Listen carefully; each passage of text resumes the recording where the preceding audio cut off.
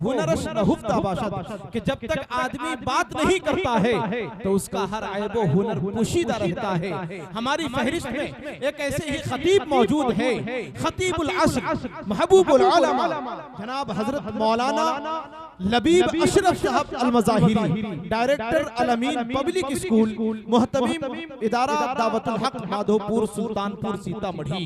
दोस्तों, हजरत वाला की अब आमद हो रही है। इन मिसरों के साथ हजरत के इस्तकबाल, खैर मकदम, वेलकम के दरिया को खुद पे ज़ौम था, धाड़े पे आ गया। दरिया को खुद पे ज़ौम था, धाड़े पे आ गया, लेकिन मैं बच बचा के किनारे पे आ गया और मुझको बुलाने वालों की उम्रें निकल गई, लेकिन मैं तेरे एक इशारे पे आ गया। हजरत वाला माइक पर। रहमानिर्रहीम नहमदुहु व नुसल्ली अला रसूलिहिल करीम, अम्मा बाद, फ़ाऊज़ु बिल्लाहि मिनश शैतानिर रजीम, बिस्मिल्लाहिर रहमानिर रहीम, क़ुल हल यस्तविल लज़ीना यअलमून वल लज़ीना ला यअलमून इन्नमा यतज़क्करू उलुल अलबाब। वक़ाल अन्नबिय्यु सल्लल्लाहु अलैहि वसल्लम अल इल्मु नूरुन औ कमा क़ाल अलैहि सलातु वस्सलाम। वक़ाल अन्नबिय्यु सल्लल्लाहु अलैहि वसल्लम उत्लुबुल इल्म औ मिनस्सीन औ कमा क़ाल अलैहि सलातु वस्सलाम। अस्सलामु अलैकुम व रहमतुल्लाहि व बरकातुहू। मुहतरम सामईन किराम, हाज़रीन मजलिस, पर्दा नशीं माएँ और बहनें, सबसे पहले अल्लाह तबारक व तआला का एहसान है, करम है कि अल्लाह तबारक व तआला ने हम लोगों को महज दीन की निस्बत से एक साथ बैठने की तौफीक अता फरमाई। मुझे मालूम है कि प्रोग्राम काफी वक्त से चल रहा है, आप लोग थके भी हुए हैं और सुन सुन करके आप लोग पूरे तौर पर मुतमईन हो चुके हैं। अगर आप इस निस्बत से बैठे हैं, इस उम्मीद से बैठे हैं कि मैं कोई बहुत अच्छी तकरीर करने वाला इंसान हूं, तो आप गलत फहमी में हैं। सबसे पहले मैं आपको बता दूं कि मैं मुकर्रिर नहीं हूं, मुझे तकरीर करने नहीं आती है। मैं आप में से ही एक हूं और इन्हीं इलाके का पला बढ़ा हुआ एक छोटा सा तालिबे इल्म हूं। मैंने अपनी तालीम मुकम्मल की और उसके बाद जिन चीजों को मैंने महसूस किया, उसके लिए मैंने एक मिशन बनाया और एक विजन बनाया, और उसी मिशन और उसी विजन को एक मैसेज के थ्रू मैं चाहता हूं कि हमारी उम्मत में जितने लोग हैं, नबी पाक सल्लल्लाहु अलैहि वसल्लम की उम्मत में जितने लोग इस वक्त मौजूद हैं, हर फर्द तक मेरा ये मैसेज पहुंचे और उस मैसेज को इस तरीके से अवाम ले, उम्मत ले कि उसके ऊपर बाज़ाब्ता तौर पर अमली अक़दाम भी किया जाए। सूरत हाल जो मौजूदा दौर में चल रहे हैं, तमाम सूरत हाल पे आप एक एक करके नजर डालिए और तमाम सूरत हाल से आप अच्छी खासी वाकफियत हासिल कर लीजिए और उसके बाद उसके इलाज की तरफ मुतवज्जो होइए कि आखिर दुनिया की सबसे बड़ी दूसरी आबादी आज इस हालात में कैसे पहुंच गई कि जहां जिस मुल्क में है, अक्सरियत में हो, अकलियत में हो, खुशहाली में नहीं है। मुसलमान कौम खुशहाली में नहीं है। अगर कहीं किसी ममालिक में पैसे की बहुतात है लेकिन उसको खुशहाल नहीं कहा जाएगा, वो ज़हनी गुलाम है। और जिस मुल्क में हम रह रहे हैं वहां अगर हम अपने हालात को देखें तो हमें अपने हालात के मद्देनजर तमाम चीजों के ऊपर हमें अच्छे से सरे सद्र हो जाएगा कि हमारी सिचुएशन और हमारे हालात इस वक्त कैसे हैं।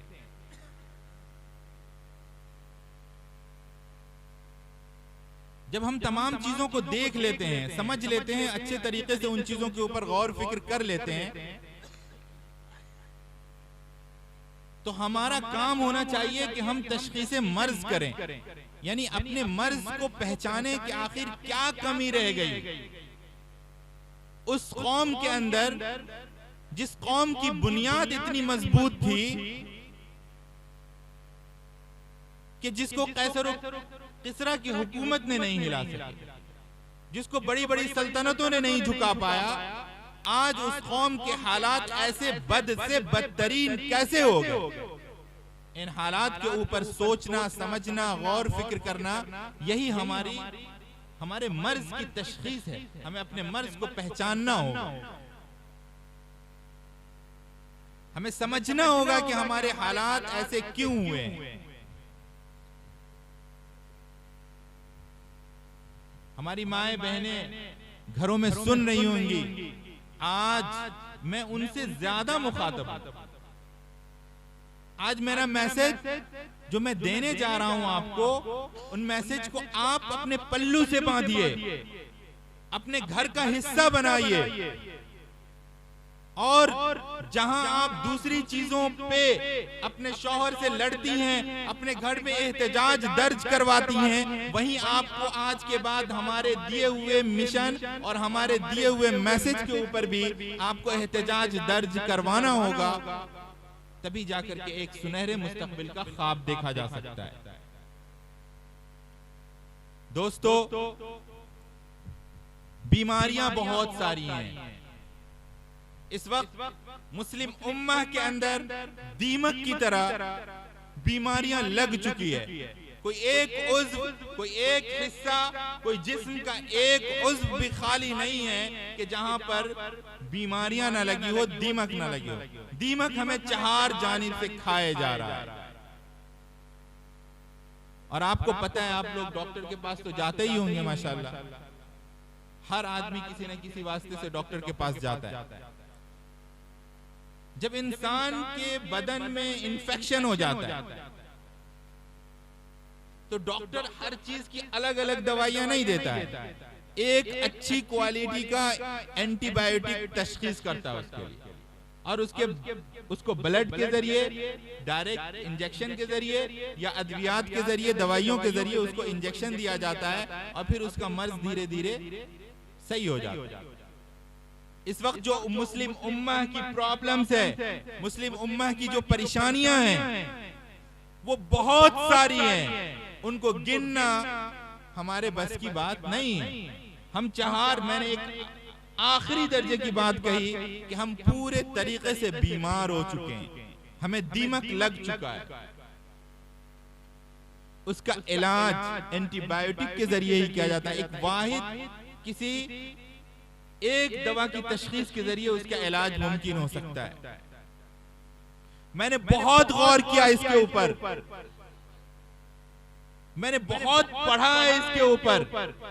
मेरी अपनी छोटी सी उम्र में जाती तौर पर बहुत बड़ी इसके ऊपर रिसर्च है। मैंने इसके ऊपर अपना अक्सर वक्त सर्फ किया हूं और आज भी कर रहा हूं। मैं इस नतीजे पे पहुंचा हूं कि इसके लिए आखिरी लाहे अमल और आखिरी इलाज मुस्लिम उम्मा को एजुकेशन के साथ जुड़ जाना होगा, तालीम के साथ जुड़ जाना होगा। हमारी तमाम बीमारियों का इलाज एक वाहिद नुस्खे में रखा हुआ है, और वो नुस्खा तालीम है। बड़े अफसोस के साथ इस बात को मैं आपको कहने जा रहा हूं कि जब हमारा ज़ौक़, जब हमारी पसंद नफ्सियात के ऊपर हो जाएगी, हम अपने दिल को खुश करने के आदी हो जाएंगे, हमारा इलाज नहीं हो सकता। इतनी सारी कुर्सियां लगी हुई हैं, लेकिन तमाम कुर्सियों में अक्सर कुर्सियां खाली हैं। हम समाज के एक तरीके से गुलाम हैं। समाज के गुलाम नहीं है, हम नफ्सियात के असल में गुलाम हैं। हमें दीनी मैसेजेस को सुनना यह हमारा फरीजा है और हमें इस चीज को जानना होगा, पहचानना होगा कि हम क्या मैसेज लेकर के जाएं और उसके ऊपर अमली इक़दाम करें। दोस्तों, मैं आपको कहना चाहता हूं, इसीलिए मैंने कहा कि जो आखिर में बचते हैं वही असल और बुनियाद होते हैं, क्योंकि उन्हीं के जरिए से बड़ा काम हो सकता है। दोस्तों, इस प्रोग्राम में मैं आपको चंद मैसेजेस दे रहा हूं और कुछ चीजों के ऊपर मैं आपको चाहूंगा कि मैं आपको जगा सकूं और मेरे आने का मकसद कामयाब हो जाएगा। मैं आपके साथ जो बात कर रहा हूं वो बात करना हमारा कामयाब हो जाएगा। मैंने कुरान करीम की एक आयत पढ़ी, आयत का एक हिस्सा पढ़ा। अल्लाह तबारक व तआला ने कहा कि दो इंसान बराबर नहीं हो सकते हैं, एक वो जो इल्म रखते हों और एक वो जो इल्म नहीं रखते हों।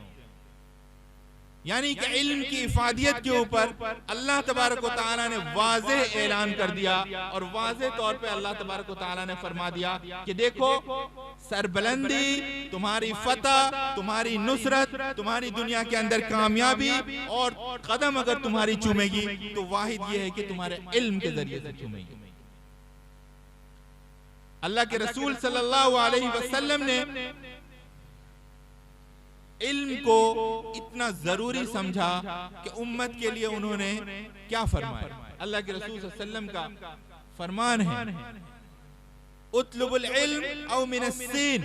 उस वक्त मसाफात के एतबार से, सफर करने के एतबार से चीन का सफर करना दुश्वार गुजार समझा जाता था, दुश्वार कुन समझा जाता था। इसलिए अल्लाह के रसूल सल्लल्लाहु अलैहि वसल्लम ने ये मिसाल पेश की कि देखो, अगर तुम्हें इल्म हासिल करने के लिए चीन का भी सफर करना पड़े तो तुम चीन का सफर करके जाओ और इल्म हासिल करो।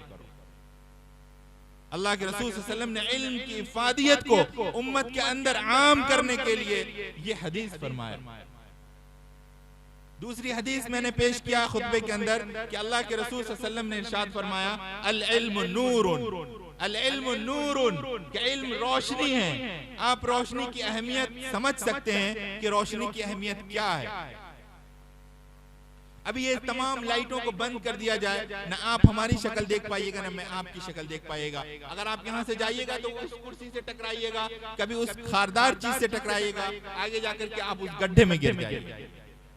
अल्लाह के रसूल सल्लल्लाहु अलैहि वसल्लम ने मिसाल से पेश किया कि देखो, इल्म नूर है, नूर रोशनी है। ये तुम्हें खारदार रास्तों से बचाएगा, ये तुम्हें भटकने से बचाएगा, ये तुम्हें सही और गलत के दरमियान फैसला करने की तमीज देगा। हजरत जिब्राईल अलैहिस्सलाम जब अल्लाह तबारक व तआला की जानिब से कुरान करीम को लेकर रसूलुल्लाह सल्लल्लाहु अलैहि वसल्लम के पास आए तो उनका सबसे पहला जुमला क्या था? इक़रा, पढ़िए। अल्लाह के रसूल सल्लल्लाहु अलैहि वसल्लम को फरमाया, हजरत जिब्राईल अलैहिस्सलाम ने इक़रा, पढ़िए। अल्लाह के रसूल सल्लल्लाहु अलैहि वसल्लम ने कहा, मैं पढ़ना नहीं जानता। हजरत जिब्राईल अलैहिस्सलाम ने कहा, पढ़िए। और फिर वो इक़रा बिस्मि रब्बिकल्लज़ी खलक़ आयत नाज़िल हुई।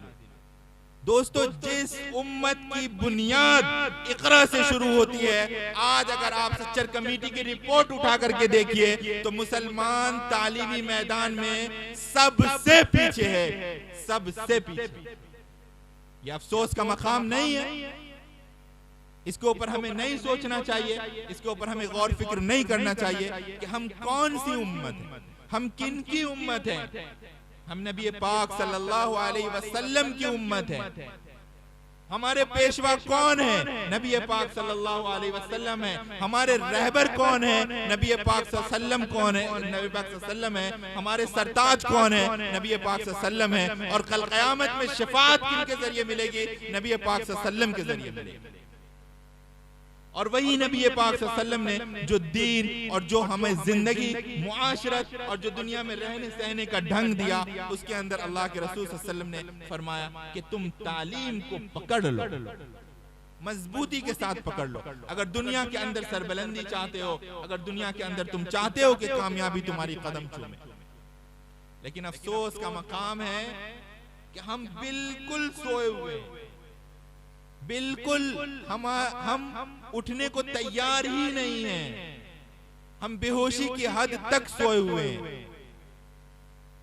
दोस्तों, हमें इसके लिए आज ही जागना पड़ेगा, कल का भी हमारे पास वक्त नहीं है।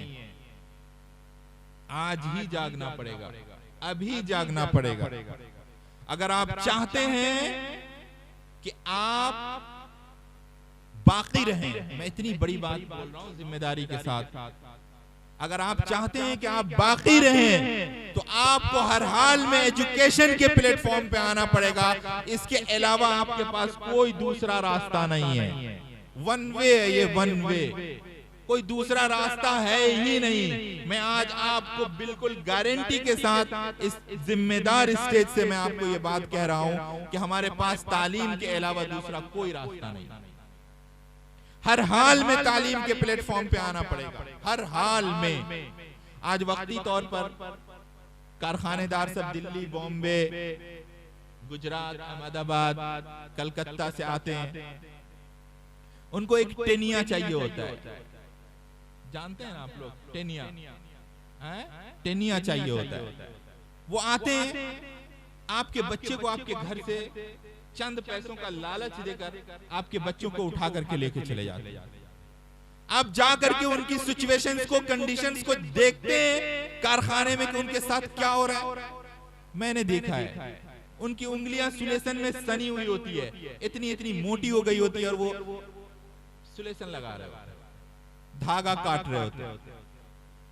जिस बच्चे के हाथ में पेंसिल होना चाहिए, जिस बच्चे के हाथ में रबड़ होना चाहिए, जिस बच्चे के कंधे पर बस्ता होना चाहिए, उस बच्चे को आपने आज उसकी मासूम जिंदगी को छीनकर चंद पैसों के लालच में आपने उसको कारखाने तक पहुंचा दिया, और आप कहते हैं कि आप एक जिम्मेदार इंसान हैं। यही एक वाहिद वजह है कि शर्म से हमें डूब मरना चाहिए। हमारी जाती जरूरतें फाका तक अगर पहुंच जाए, फिर भी हमको ये इस नौबत पर नहीं पहुंचना चाहिए कि हमारी आने वाली नस्ल, जिस नस्ल के ऊपर मुस्तकबिल की बुनियाद इस उम्मत की रखी हुई है, उसको आपने कारखानों तक पहुंचा दिया चंद पैसों के लालच में। इस उम्मत के अंदर, आपके समाज के अंदर, आपके घर के अंदर, मैं कसम खा के कहता हूं कि इस रास्ते से आपकी गुर्बत भी दूर नहीं होगी। गुर्बत भी आपके इस रास्ते से दूर नहीं होगी। गुर्बत भी अगर आपकी दूर होगी तो वो तालीम के रास्ते से ही दूर होगी। इस बात को आप समझ लीजिए अच्छे तरीके से। हम चंद पैसों के लालची बनकर हम एक मुस्तकबिल के बुनियाद के पत्थर को बर्बाद कर देते हैं। जिस बुनियाद के पत्थर पर एक बड़ी तामीर होना है, उस पत्थर को हम रेखता और चकनाचूर कर देते हैं। अफसोस की बात यह है कि हमारे कानों पे जूं तक नहीं रेंगती, हमारे कानों पे जूं तक नहीं रेंगती कि हमने क्या किया। दोस्तों,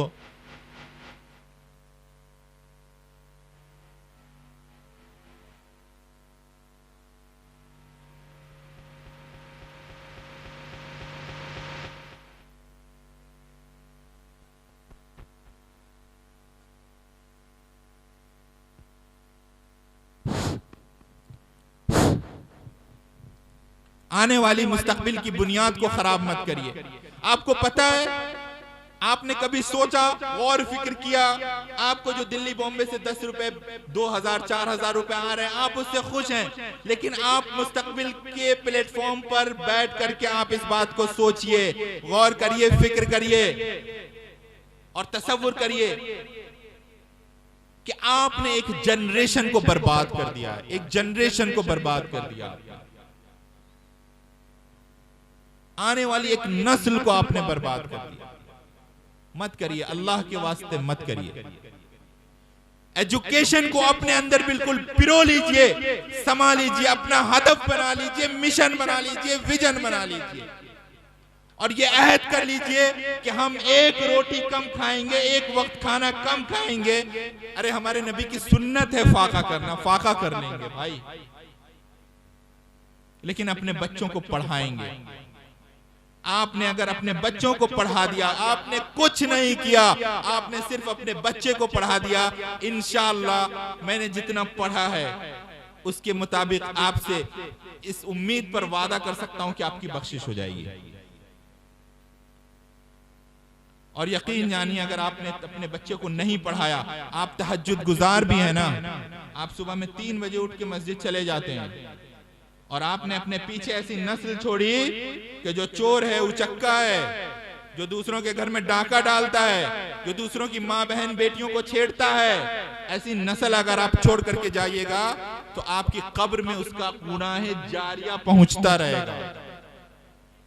इस बात को समझ लीजिए अच्छे तरीके से, बहुत जिम्मेदारी के साथ मैं इस बात को कह रहा हूं। अल्लाह के रसूल सल्लल्लाहु अलैहि वसल्लम का फरमान है कि इंसान दुनिया से चला जाता है लेकिन उसके सदका, उसके किए हुए कामों के सवाब या गुनाह उसकी कब्र तक पहुंचते रहते हैं, उसके नाम आमाल तक पहुंचते रहते हैं।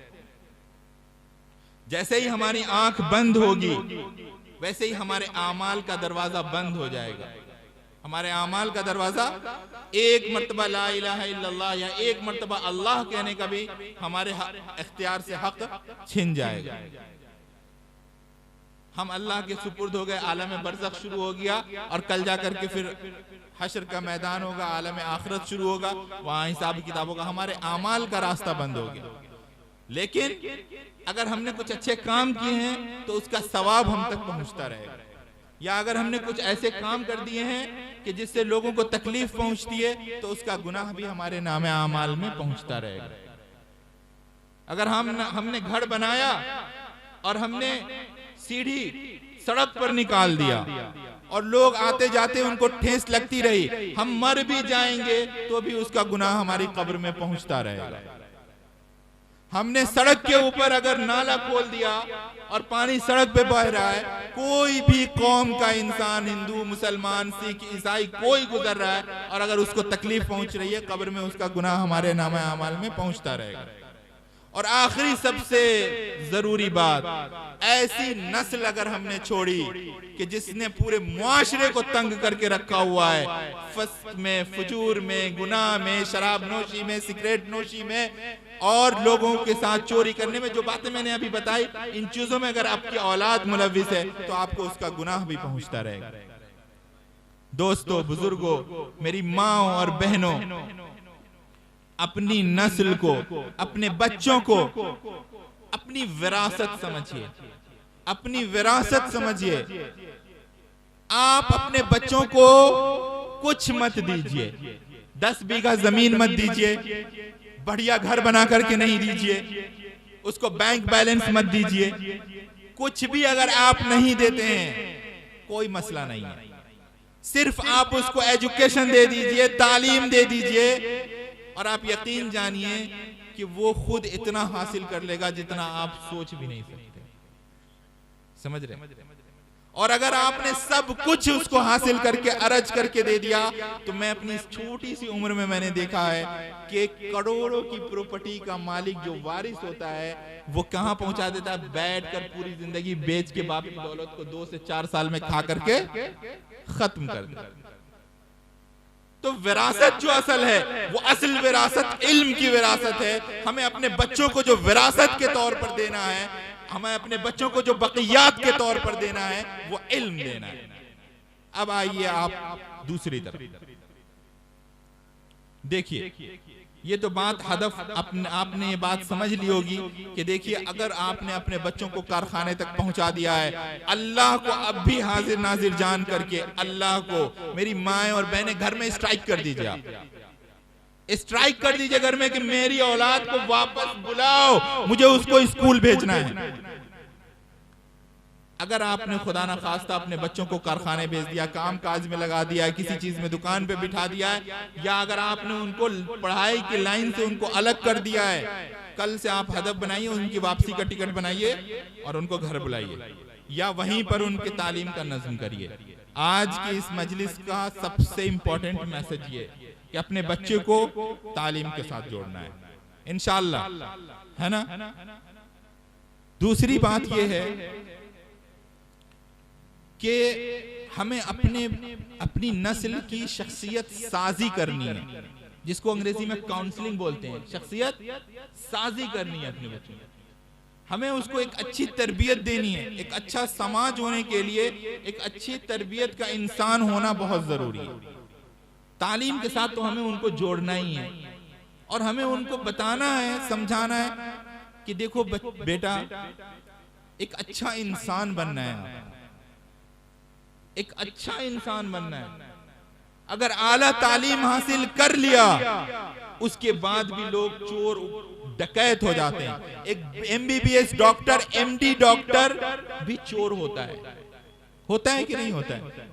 वो आप जाइएगा उसके सामने प्रिस्क्रिप्शन लिखवाने के लिए, वो आपको आला लगा के देखेगा, उसका पेट कभी भरेगा ही नहीं, कभी नहीं भरेगा। वो आपको फजूलियात के 50 टेस्ट लिख करके देगा। मालूम है, अभी इसके ऊपर एक थ्योरी बाज़ाब्ता तौर पर पेश की गई है ना, कि कुछ टेस्ट इसीलिए होते हैं कि सिर्फ इंसान ब्लड लेता है और जाकर के उसको फेंक देता है। तो डॉक्टर भी बनना है तो ऐसा डॉक्टर नहीं बनना है कि जो सिर्फ लूटने के लिए, पैसा कमाने के लिए डॉक्टर बनाओ। अगर इंजीनियर बनना है तो ऐसा इंजीनियर नहीं बनना है कि जो सिर्फ घूस खा करके ऐसी बिल्डिंगें बना दे कि जो गिर जाए कल हो। गवर्नमेंट प्रोजेक्ट मिला और उसके अंदर इंजीनियर ने घूस खा लिया और पुल गिर गया। ऐसे वाकयात सुनते रहते हैं। हमें ईमानदारी की खमीर अपने बच्चों के अंदर डालनी है कि बेटा तालीम आला हासिल करो और खमीर में तुम्हारी ईमानदारी और दीनदारी होनी चाहिए। ईमानदारी और दीनदारी की खमीर के साथ जब आपके बच्चे आला तालीम हासिल करेंगे, आप यकीन जानिए जितनी तेजी से बदनामी आती है, जितनी तेजी से बदनामी आती है, उतनी ही तेजी से बदनामी क्या होती है, चली भी जाती है ना। तो अभी हमारी कौम बदनाम हो चुकी है ना। हमारे मोहल्ले सबसे गंदे, हमारे अंदर तालीम की सबसे ज्यादा कमी और बेईमानी के वारदात भी हमारे अंदर सबसे ज्यादा है। तो जब हम एक ऐसी नस्ल तैयार करेंगे कि जिस नस्ल के अंदर माएं और वालिदैन ऐसा खमीर डालेंगी कि जिसकी बुनियाद ईमानदारी के ऊपर होगी, तो आप यकीन जानिए कि एक बेहतर समाज की बुनियाद डालने वाले हम लोग होंगे। और ये बेहतरीन सवाब जारिया होगा, बेहतरीन सवाब जारिया होगा कि हम इस दुनिया से चले भी अगर जाएंगे तो इंशाअल्लाह उसका सवाब हमें मिलता रहेगा ता क़यामत। और फिर उनकी नस्ल बाद नस्ल जितने लोग कामयाब होते जाएंगे, तमाम लोगों की तरफ से हमें उसका सवाब मिलता रहेगा। दोस्तों, मैं आपको ले जाता हूं अब दूसरी सिमत में। देखिए, इलाके का जो मदरसा होता है, गांव का जो मदरसा होता है, या गांव की जो एजुकेशन सिस्टम्स होते हैं, उनको हमें गांव के पैमाने पर ही मजबूत करना चाहिए। जो लोग भी इधर उधर हैं, मेरी बात को 2 मिनट गौर से आप सुने और इसको फिक्र के नाहिए में लीजिए। मैं आपके सामने तकरीर नहीं कर रहा हूं, मैं आपसे बात करना चाह रहा हूं, मैं आपसे बात कर रहा हूं। अपने गांव के मदरसे को मजबूत करिए, अपने गांव के इस्लामिक स्कूल को मजबूत करिए और फिर उनसे आप तालीम का काम लीजिए। आजकल क्या है कि हम लोग ख्वाब जब देखते हैं तो वो सीधा बहुत ऊंचा ख्वाब होता है। शुरुआत करने के लिए हमें ये करना होगा, ये करना होगा, ये करना होगा, ये करना होगा, और फिर वो कभी भी होता ही नहीं। हर गांव में आप गौर करेंगे तो कुछ लोग आपको ऐसे मिलेंगे जो जिनके पास बहुत तेज दिमाग होगा। हर गांव, हर मोहल्ले की बात बता रहा हूं मैं आपको। आप जब गौर करेंगे, फिक्र करेंगे, आपको बहुत खूबसूरत मिशन रखने वाले लोग मिलेंगे, बहुत बेहतरीन विजन वाले लोग मिलेंगे। इन लोगों की आप गांव मोहल्ले के तौर पर एक कमेटी बनाएं और उस कमेटी में ये तय करें कि देखिए, हमें इस गांव के लिए जो सबसे जरूरी काम करना है, उन जरूरी कामों में ये है कि हमें अपने मोहल्ले, अपने समाज का किसी बच्चे को जाहिल नहीं रहने देना, जाहिल नहीं रहने देना है। उसके लिए आप बुनियादी तौर पर जो बुनियादी तालीम के स्कूल्स होते हैं या बुनियादी तालीम के जो मदारिस या मकातिब होते हैं, वो बहुत आसानी से कायम किए जा सकते हैं, आपके ताउन से कायम किए जा सकते हैं। कहीं पर एक छप्पर डालकर उसके अंदर क्लास नर्सरी से 5 तक का स्कूल चलाया जा सकता है, चंद टीचर रख करके अपने मोहल्ले के बच्चों को पढ़ाया जा सकता है, एक अच्छे मौलाना को रख करके उसमें इस्लामियात की एजुकेशन दी जा सकती है। आपके जो मदरसे हैं गांव में, वहां से आप मकतब का बेहतरीन काम ले सकते हैं। जो बच्चे सरकारी स्कूल में जाते हैं उनको इस बात पे पाबंद कर सकते हैं कि आप उन बच्चों को स्कूल के औकात के अलावा आप उनको तालीम औकात में शाम के वक्त में आप या किसी वक्त में ऐसे वक्त में उनको तालीम से जुड़ने के लिए आप मदरसा भेजिए। जब आप इन चीजों के ऊपर काम करेंगे, जब आप इन चीजों के ऊपर काम करेंगे तो आप यकीन जानिए कि इतनी तेजी के साथ तालीम के ऊपर काम शुरू होगा और इतनी तेजी के साथ तालीमी मैदान में आपको उभरते हुए सितारे नजर आएंगे कि आप शशदर रह जाएंगे। मैं एक बात अपनी हर बयान में आखिर में मैं एक बात ये कहता हूं कि मैंने एक रिसर्च पढ़ी, उस रिसर्च के अंदर ये लिखा हुआ था कि किसी भी समाज के अंदर तब्दीली के लिए 100 साल का वक्त चाहिए, कम से कम मिनिमम 100 साल का वक्त चाहिए। लेकिन मैंने अपनी थ्योरी और मैंने अपना तखमीना इसके ऊपर लगाया है कि अगर एक साथ तमाम मुस्लिम उम्मत जुड़ करके तालीम के ऊपर काम करने लगेगी, समाजी तौर पर भी, मोहल्ले के तौर पर भी, गांव के तौर पर भी और इलाकाई तौर पर भी अगर काम करने लगेगी तो इंशाअल्लाह अगले 15 साल के अंदर पूरा मुआशरा तालीम याफ्ता हो जाएगा। आप इस चीज को कर करके देखें दोस्तों। जो करना है वो आपको खुद करना होगा, छोटे छोटे पैमानों पे करना होगा। और ये बात भी आखिर में मैं आपको बताता चलूं कि आपको बड़ी बड़ी तंजीमों से कुछ नहीं मिलने वाला है, बड़ी तंजीमों से आपको कुछ नहीं हासिल होने वाला है। आज जिन मुसलमानों से पूछिए, जिन कायदीन से पूछिए, जिन रहनुमाओं से पूछिए, सब यही बात कहते हैं कि हमारे बड़े करके कुछ देंगे तब ना। अरे बड़े कुछ नहीं करके देंगे, आप ये मान लीजिए कि बड़े कुछ करके देने की हैसियत में नहीं है, बड़े कुछ करके देने की हालत में नहीं है।